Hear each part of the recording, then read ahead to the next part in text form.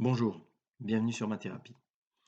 Dans le cadre du chapitre sur le calcul de limites, nous abordons dans cette deuxième vidéo euh, un calcul de limite lorsque la variable tend vers l'infini et que la fonction est un quotient de polynôme, mais le degré du polynôme du numérateur est strictement inférieur à celui du dénominateur.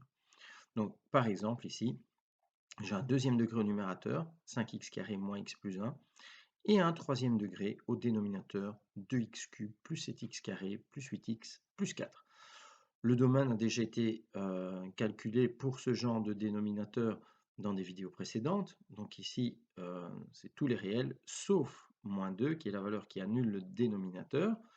Alors, dans le cadre du calcul de cette limite, donc je vous représente la fonction, et donc puisque x ne peut pas être égal à moins 2, il avait donné lieu à un calcul d'asymptote verticale, donc pour les calculs de limite lorsque x tend vers une valeur réelle, mais ça a déjà été fait précédemment.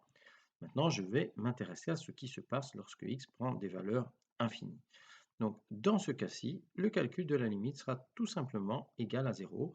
Donc, lorsque le degré du numérateur va être strictement inférieur à celui du dénominateur, on va regarder ce qui se passe.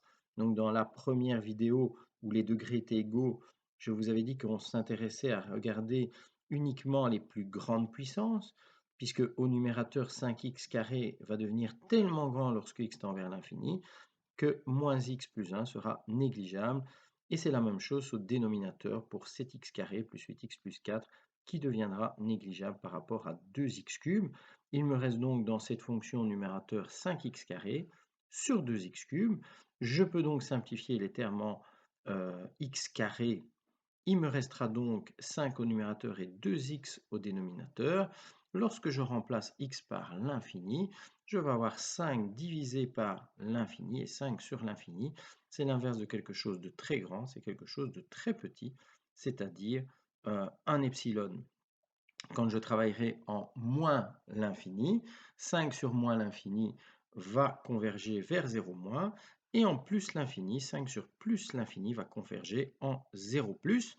Dans ce cas-ci, nous allons avoir une asymptote horizontale en y égale 0. Donc vous allez voir sur mon petit graphique la petite flèche bleue, lorsque x tend vers plus l'infini, le y va converger vers 0 plus, donc la fonction va s'approcher de l'asymptote horizontale en arrivant par le haut, et lorsque x va tendre vers moins l'infini, la fonction va s'approcher de mon asymptote horizontale, mais par le bas, puisque la limite tend vers 0 moins.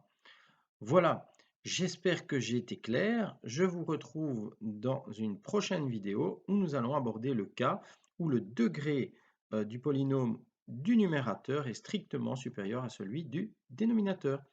Voilà, à très bientôt sur ma thérapie. Au revoir.